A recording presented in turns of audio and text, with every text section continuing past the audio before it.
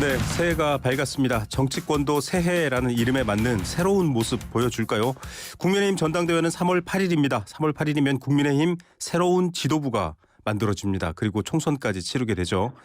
최다선 당권 주자 한 분 모셔서 저희가 새해 인사 겸 국민의힘 상황 여쭤보도록 하겠습니다. 국민의힘 조경태 의원입니다. 의원님 안녕하십니까? 네, 안녕하세요. 반갑습니다. 조경태입니다. 네, 의원님 저희가 새해 첫 방송 또 처음 모시는 정치인인데요. 저희 청취자분들께 희망찬 새해 인사 한마디 부탁드립니다. 네, 안녕하세요. 청취자 여러분. 국민의힘 조경태 의원입니다. 제가 올해 이슈앤 피플의 첫 게스트로 새해 인사를 드릴 수 있게 되어서 대단히 영광스럽고 뜻깊게 생각합니다. 지난 한 해 어려웠던 일들은 모두 있고 2023년 새해 모든 일이 잘 이루어졌으면 좋겠습니다. 네. 새해 복 많이 받으십시오. 예, 자 의원님께서도 새해 복 많이 받으십시오. 자 아직 공식적인 당권 출마 선언이나 뭐 이런 뭐랄까요 발표의 자리는 마련하지 않으셨거든요. 언제쯤 하실 생각인가요? 네, 저는 설 전에 아마 중순쯤에 제가 출마 선언을 할 예정에 있습니다. 네, 알겠습니다. 자, 이 설날 민심도 또 많이들 생각하고 계실 텐데 이번 전당대회가 사실은 차기 총선 준비다 이렇게들 많이 해석하고 있습니다. 의원님께서 사실 최다선이시잖아요. 5선 의원이신데 여당이 먼저 하는 국회 개혁 이런 걸 얘기하셨거든요. 여당이 이렇게 바뀌어야 된다라는 얘기인데 조금 더 설명 부탁드립니다.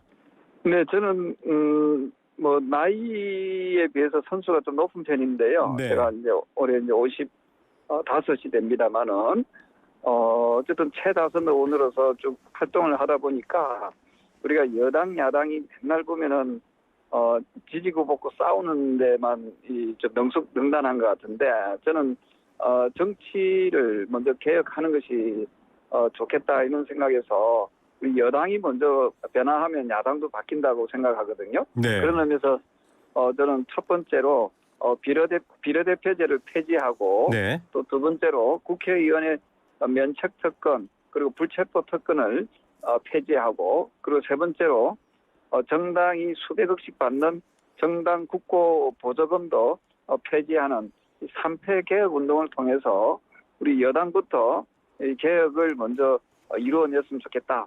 이 주장을 계속 하고 있는 겁니다. 예, 자 3패라고 했습니다. 기존에 국회의원들이 갖고 있던 특권에 해당하는 부분들 좀 없애자 이런 말씀이신데 당내에서 이런 얘기 하시면 반응이 어떻습니까? 좀 싫어하시는 분들도 있을 것 같아요. 네, 당내에서는 아무래도 기득권을 내려놓지 않으려고 하는 움직임이 많이 있습니다. 네. 하지만 저는 정치가 국민들의 눈높이에 맞는 그런 수준까지 끌어올려야만이 전 정치가 변화하고 발전한다라고 보고 네. 또한 여야가 이렇게 정쟁을 일삼는 이런 행위들도 저는 멈출 수 있다 이렇게 보고 있거든요. 예. 그런 의미에서 저는 조경태식 3패 개혁 운동이 네. 저는 우리 국민들과 함께 뜻을 모은다면은 우리 정치권에서도 동참하지 않겠나 이렇게 보고 있습니다. 예, 국민들의 마음을 함께 해야 된다라는 말씀은 맞는 말씀이신데 이번 전당대회는 민심은 일단 들어가지 않습니다. 여론조사는 빠지고 당심으로만 100%입니다. 뭐 의원님은 여기에 좀 동의하시는 편이셨잖아요. 어떻게 보십니까? 네, 저는 당 대표를 뽑는데 외부 여론조사로 들어가는 것이 논리적으로 안 맞다라고 오래전부터 저는 생각을 했었거든요. 네. 저는 당 대표는 당원 투표를 통해서 해야 된다. 이것을 8년 전부터 주장했는데 어쨌든 이번에 이 룰이 100% 당원 경선으로 정해진 것은 저는 당원이 당의 주인이라는 것을 인식시키는 좋은 계기가 된 것 같습니다. 예, 당원이 당의 주인이다. 유승민 의원 같은 경우에는 이걸 좀 어떻게 보면 윤심이나 특정 이제 당권 주자에게 좀 유리하도록 조건을 바꾼 것 아니냐 이렇게 비판했습니다. 그 비판은 어떻게 보셨어요? 저는 짧은 예로 우리가 반장 선거한 데서 가지고 반장이 되려고 하는 사람들이 단원들의 대표성을 가져야 되지 않겠습니까? 네. 그런 의미에서 그 구성원들로부터 지지를 얻는 사람이 대표가 되는 것이 그게 논리적으로 맞다 이렇게 보는 거거든요. 네. 그래서 유승민 전 의원이 주장하는 것은 그 약간 좀 논리적 비약이라 생각을 하고요. 예. 당 대표가 되려면 당원들의 뜻을 잘 받들고 당원들로부터 폭넓은 지지를 획득하는 사람이 대표가 되는 것이 맞다 이렇게 보고 있습니다. 예.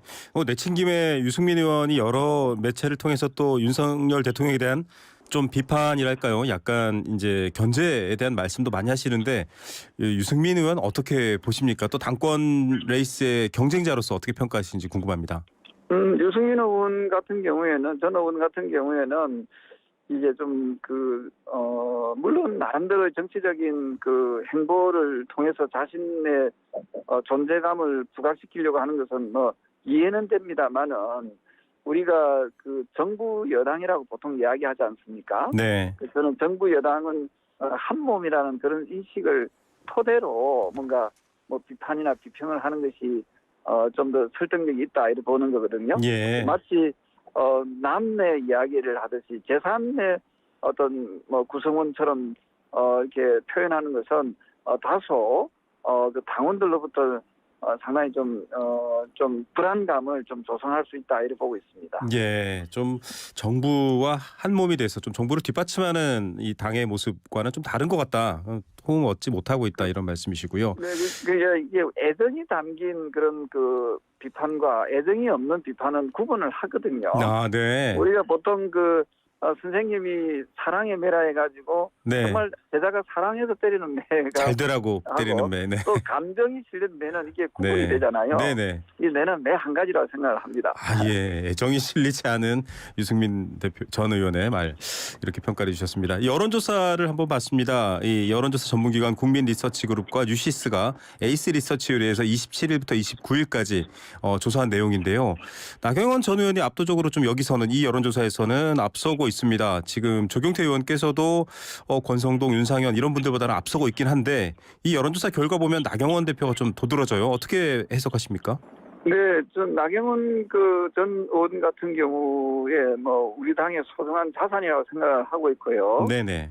다만 이제 여론조사라는 것이 지금 이제 아직 레이스가 본격적으로 출발한 건 아니기 때문에 그렇죠. 어쨌든 이 부분은 변동성은 뭐 있을 수 있다 이렇게 보고 있고요. 네. 어쨌든 당 대표로 출마하는 분들은 모두가 다 당을 위해서 봉사하고 희생하겠다는 그런 각오로 임한다고 보고 있거든요. 네. 그런 의미에서 저는 우리 당의 소중한 자산이라고 보고 있고요. 네. 선의의 경쟁을 통해서 저는 좀 우리 통합하는 그런 전당대회로 이어졌으면 좋겠다 이런 생각을 합니다. 예, 이 앞으로 좀 여론조사가 계속 바뀌고 아직 본격적 레이스가 아니다 말씀해 주셨습니다만 이제 의원님께서도 어떻게 보면 치고 올라가야 될 상황입니다. 전략 같은 게 있으신가요? 어떻게 당심을 얻겠다? 예, 저는 뭐 진인사 대천명이라고 했듯이 제가 최선을 다하고 그리고 또한 당원들이 느끼기에는 어떤 후보가 당 대표가 되면은 당이 변화하고 개혁될 것인지에 대해서 저는 냉정한 평가가 있을 거라 보고 있거든요. 아, 네. 예, 그래서 저는 레이스가 본격적으로 시작되게 되면은 저는 각 후보들의 공약, 정책들이 또렷이 나오지 않겠습니까? 그걸 좀 잘 판단하고 저는 현명한 선택을 하리라 이런 생각을 하고 있습니다. 예. 자, 윤석열 대통령 또 윤석열 정부의 성공과 당이 서로 달라서는 안 된다. 한 몸이어야 된다. 비판을 할 거라도 애정 어린 비판을 된다. 지금 의원님이 앞서 말씀해 주셨습니다만 윤심 얘기가 자꾸 나옵니다. 이거는 이제 일종의 윤석열 대통령이 당권에 영향을 미친다 이렇게 좀 비판적으로 보는 얘기도 있거든요. 어떻게 보십니까? 네, 그렇습니다. 지금은 사실 당정 분리라는 또 말들도 좀 나왔고 또 대통령이 당에 뭐 개입해서는 안 된다는 예, 당무 개입 안 한다. 예, 중립성을 지키겠다는 그런 말씀을 하지 않았습니까? 네. 그건 저는 지켜질 거라고 보고 있고요. 그런 의미에서 지나치게 윤심을 어찌 보면은 좀 덜 먹이는 네. 그런 모습들은 썩 좋은 모습은 아니지 않겠나 보고 있고요. 예. 저는 윤심보다도 당심을 얻으려고 하는 노력들이 네. 저는 좀 더 겸손함을 보이고 또 그런 후보들이 또 당 대표가 돼야 된다는 거죠. 앞서 예. 말씀드린 대로 당의 대표는 당원들로부터 뽑히는 사람이기 때문에 네. 당심을 얻는 사람이 저는 중요하다 이렇게 보고 있습니다. 그 윤심과 당심은 다르다. 확실하게 이렇게 판단하시는 거죠? 뭐 일부는 뭐 일치될 수도 있겠지만 네. 또 일부는 또 대통령을 잘 제대로 잘 협력하고 또 좀 균형 있는 그런 어떤 당정이 되기 위해서는 어떤 후보가 당대표가 돼야 될 건지에 대해서는 네. 당원들 뜻이 저는 조금 좀 차이가 있을 수 있다 이렇게 보고 있거든요. 예. 네네. 알겠습니다. 이게 사실은 이제 총선입니다. 이 선거를 통해 국민의 선택을 받아야 당이 이제 힘을 갖고 유지가 되는 건데 공천을 놓고는 사실 굉장히 어려움이 많았잖아요. 과거에도 공천 그렇습니다. 파동도 있었고, 조경태 오선의 조경태 의원이 당 대표가 되면 공천은 내가 이렇게 관리할 것이다. 뭐 앞서도 얘기해 주신 바가 있습니다만 좀 전략이라면 한 말씀 부탁드립니다. 네, 아주 중요한 말씀을 주셨는데요. 결국은 지금 서로 당대표가 되려고 하는 것은 공천의 영향력을 행사하기 위해서 하는 거 아닌가 이런 생각을 하거든요. 네.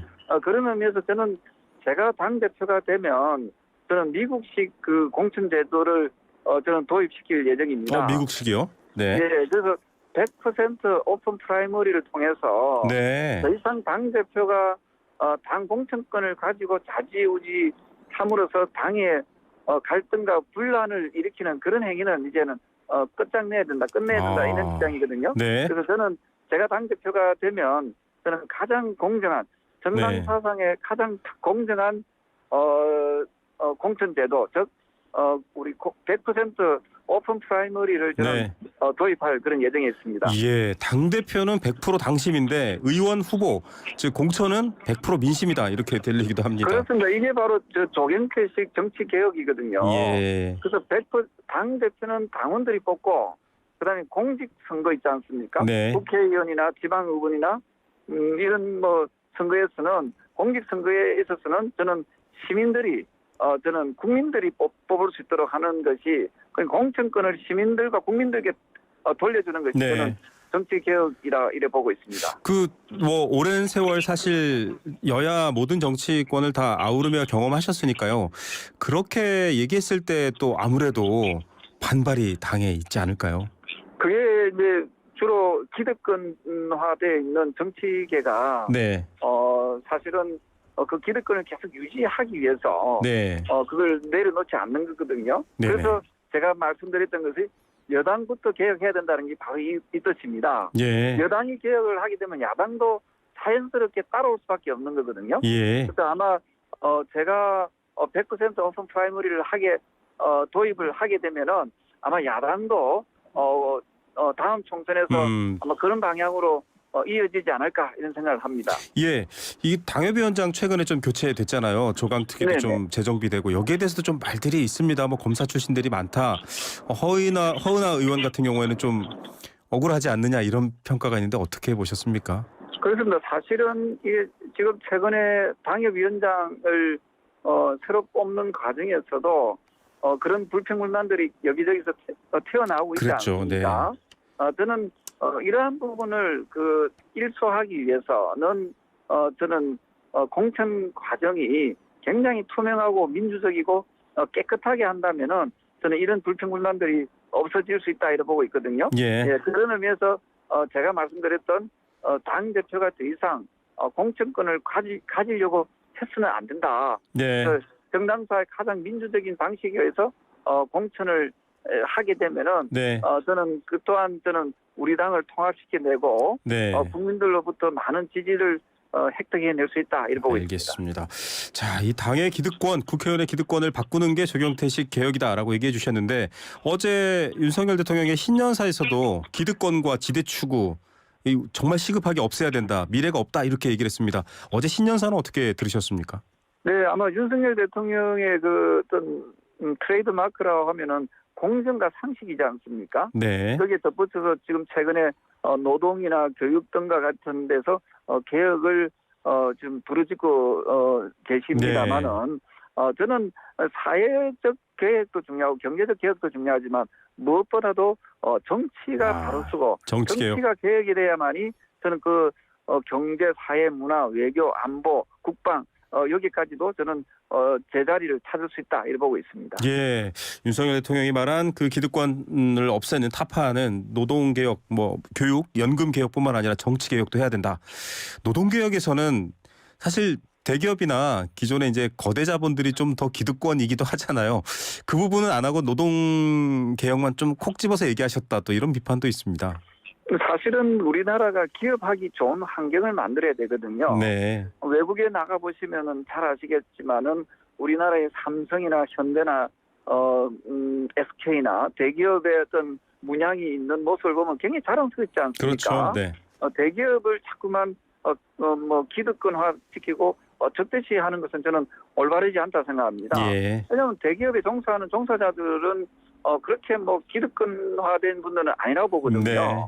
그런 의미에서 저는 우리나라 기업이 조금 더 활력을 되찾고 외국에서 투자를 많이 하지 말고 해외 투자가 아니라 국내 투자를 많이 이룰 수 있도록 하는 것이 저는 좋은 일자리를 더 많이 만들어낼 수 있다 이렇게 보고 있거든요. 네. 그런 의미에서 저는 그 기업하기 좋은 환경을 네네. 저는 우리 노동 개혁을 통해서 저는 만들어낼 필요는 있다 이렇게 보고 있거든요. 네. 지나치게 노조가 강성적인 발언 또 강성적인 이미지로 이렇게 이어진다면은 사실은 이런 부분들이 알겠습니다. 기업하기 불편하게 하는 네. 환경으로 이어질 수도 있다. 이런 주장들을 많이 하거든요. 예. 그런 의미에서 저는 외국 선진국들의 그 어떤 노동 네. 환경과 우리나라의 노동 환경을 조금 비교하면서 우리나라에 좀 더 많은 기업들이 투자할 수 있는 또 해외의 기업들도 우리나라에 투자를 많이 할 수 있도록 하는 환경이 좀 조성되기를 바라고 있습니다. 예. 자, 정치 현안도 있습니다. 1월 임시국회 소집해서 일몰법 지금 관련된 것들 좀 연장하자라는 얘기도 있고 이태원 참사 국정조사 특위도 좀 연장하자 이런 얘기도 있습니다. 1월 임시국회 관련해서는 또 이재명 대표를 좀 막기 위한 것이다 이런 또 공격도 있는 것 같아요. 1월 임시국회 어떻게 가야 된다고 보십니까? 네, 저는 1월 임시국회가 정정으로 우리 민생을 챙기는 그런 국회로 이어지길 바라고 있고요. 네. 이러한 부분들이 혹시나 방탄 국회로 이어지지 않도록 네. 야당도 사실은 이런 부분에서 아마 많은 고민을 하지 않겠나 이렇게 보고 있거든요. 예. 그래서 이번에 민생과 경제 회복이라는 이 두 마리 토끼를 잡기 위해서 임시국회가 소집된다면은 저는 참 좋겠다 이런 생각을 하고 있습니다. 예, 민생을 잡는 임시국회로만 좀 더 집중하자 이런 말씀이시고요. 자, 민주당에도 오래전에 몸을 담으셨잖아요. 지금 민주당 네네. 상황이 어렵다라고 보시는 분들도 있고 이재명 대표를 중심으로 똘똘 뭉쳐야 된다 이렇게 주장하는 분들도 있습니다. 상대 당이지만 어떻게 좀 풀어나가야 될까요?